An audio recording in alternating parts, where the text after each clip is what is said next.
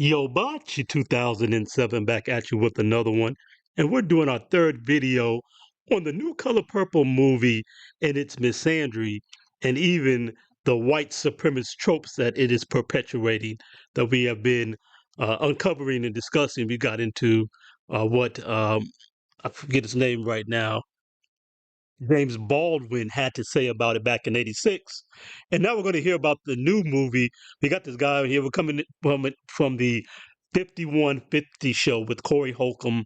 And he has got this guy named Craig on here who's seen the new movie.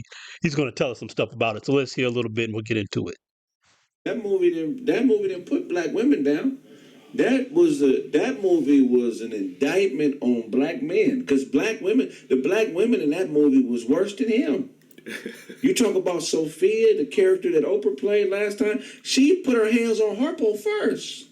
All right, so we got that point.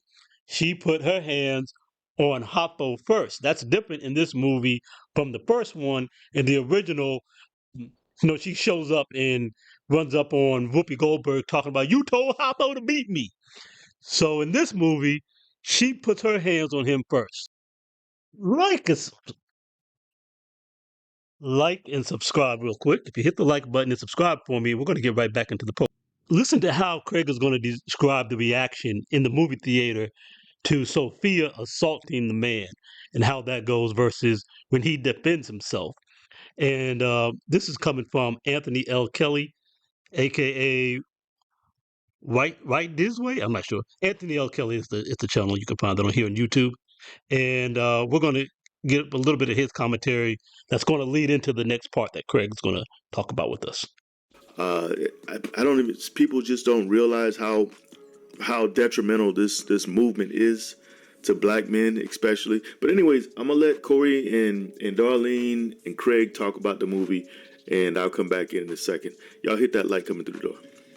When Harpo went back to defend himself, he got that ass whooped. Nobody in the theater. I was in the theater full of black people. When she hit Harpo, motherfuckers was laughing and all that. And when she came back with the black eye, I heard sighs, like, why he hit the bitch. And it took a white woman to discipline her and put her in her place. When the black man tried to put her in her place, I love it. That bitch did 6 years in jail, got out, was quiet. Yep, she was like, yeah. When her husband tried to discipline her, she put up a fight, left him for another. Didn't even talk about the other nigga she had around his kid. Greg, oh my god, the movie is crazy, man. And that's the can you imagine? I seen the original. That's why I'm laughing at what you said. It took a white bitch to make the bitch act right. To make her act right. Then when Suge Avery came to town, what that bitch said. All right, let's stop there. Let's get a break there. And I told y'all about Sophia in my last video, the same one with James Baldwin in it, about all my life I had to fight. And about that whole trope that a girl child ain't safe in the presence of means. The whole ideology that was developed from this movie, that men are by nature violent and evil, but Sophia is actually the most horrible person in this movie. I said that in the last video, and here he is kind of backing me up with some other factors beyond some of the ones I named. The fact that she wouldn't get in check for her husband, but she'll bow down to Miss Millie. She sure enough got in check for her white feminist overlord. Miss Millie represents literally the actual white feminist progenitor. In this movie, she's the mayor's wife, but she basically runs the town almost like as the queen of the land. You see how everybody bows and scrapes for her, and she gets to do what she wants. She gets to take Sophia out of prison and bring her into her house to be her personal handmaiden. She is the archetype of the white feminist who then hands down feminism to the black woman, who then comes back to the black man and says, oh, I see how the white female counterpart is getting parity and is getting the spoils of war of white supremacy from her man.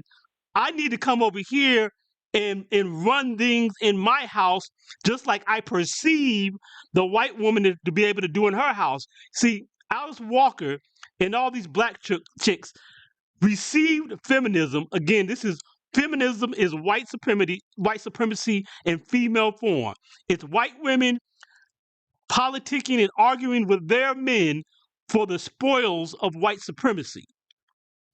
But black women assume that from white women, from they Miss Millie, from they misses. They like, yes, Miss Millie, we gonna do what you say, Miss Millie, and they took their mind frame from white women, from white feminists.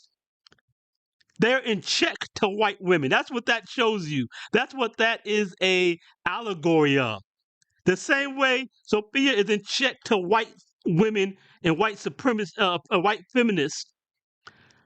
Alice Walker is in check to white feminists. That's where all of this comes from.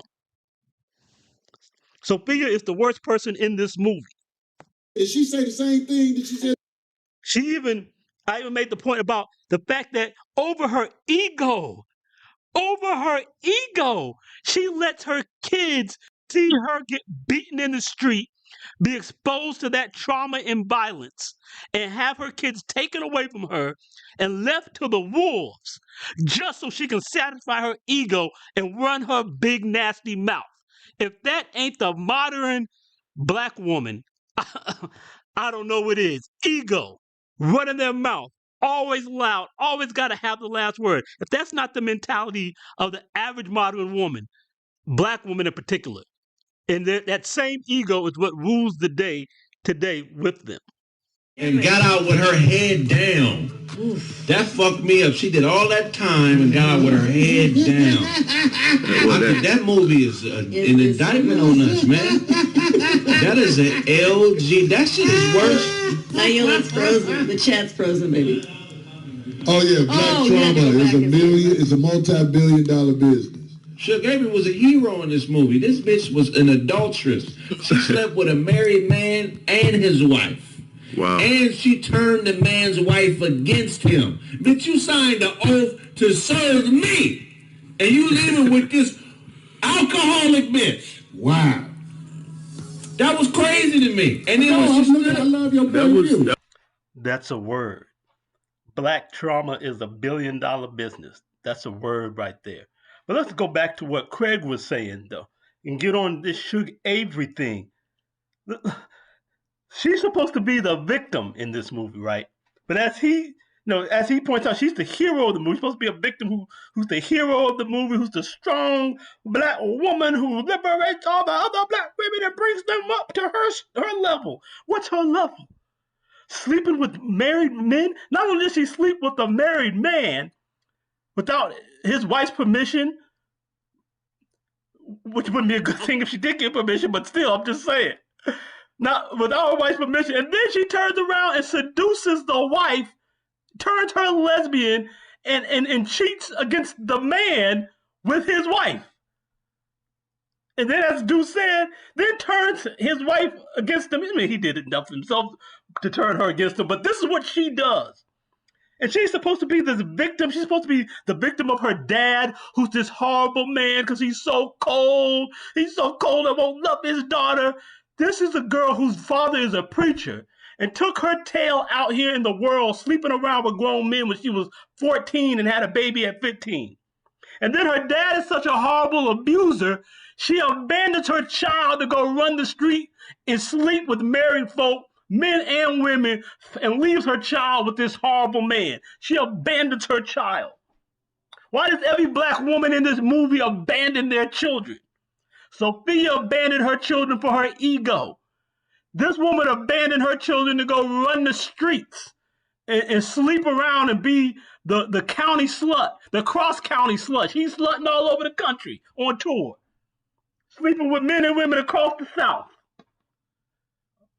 Silly, why her child wasn't with her? Why didn't she leave Mister and go take care of her children? She lets her children go be off somewhere. She don't know who her child is and don't care. She was not a slave. There were no black people, no black men owning black women slaves in the 1920s and 30s. She chose to stay with Mister. But she could have went to them white folks any day and said, I'm leaving. This black man is trying to keep me from it. And they'd have lynched him. Because that's what they wanted to do anyway. They certainly wouldn't have stopped her from going if she wanted to go somewhere. No black man had that power to keep her from doing that. She abandoned her child. And the way they set this thing up in the first place to allow there to be all this child sexual abuse that they claim is by having all of those women's mothers be dead. How was Suge Avery mama dead? Sophia's mama is dead. Not only is Celie's mama's dead, but her sister, I can't remember the sister's name, but Celie's dad, the guy who supposedly raped her and then sold her to Mister, is her stepdad. He's the biological dad of Nettie. That's her name, because I remember now. You ain't getting Nettie. No way. Not now, not ever. Because Nettie was his actual daughter, and Celie wasn't. So both of their mamas are dead. All four of these women who are featured in this movie, their mamas are dead. How are their mamas dead? I'll tell you why they had to do that. They needed a plot device to make it okay for all these girls to be getting raped, and to explain that they could be perpetually raped and abused as children. There has to be no mother there to protect her. Otherwise, the black mama's at fault. So what did they do? They killed just coincidentally, all the black women in this country county, all of their mamas died. You think that's real? This is Alison Walker's made-up fiction to assuage her searing soul and for her to project her feminist white supremacy, the white supremacy she subsumed from the white people through feminism, which is female white supremacy. She accepted this self-hate mind state and then projected the hate against black men. But she wants to pedestalize black women while she tears down black men, and they don't even see how ugly they're making themselves. Sophia is horrible. All these women abandoned their children.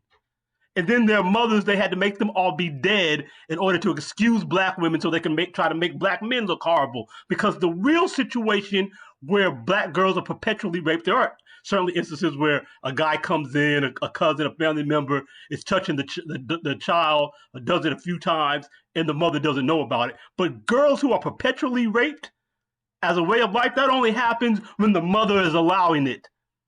Oprah Winfrey's other production, Precious, that's how perpetual abuse of black girls happens, when the mother is either allowing it or she's even participating.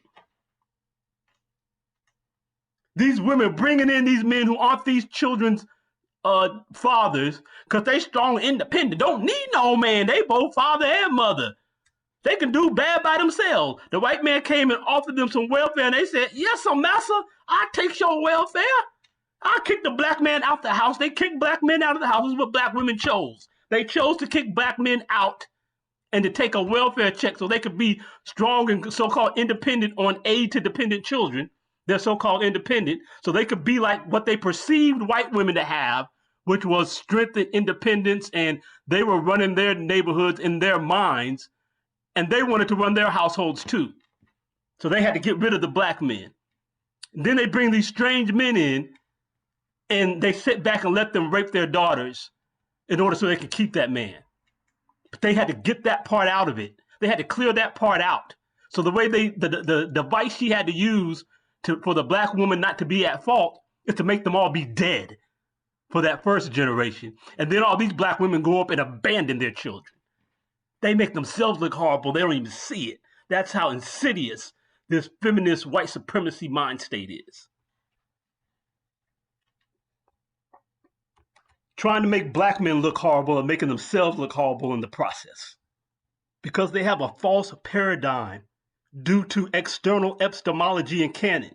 That's what Dr. Yefu taught at Tennessee State University, where I attended, where Oprah Winfrey is also alum. But she didn't get this knowledge here, apparently.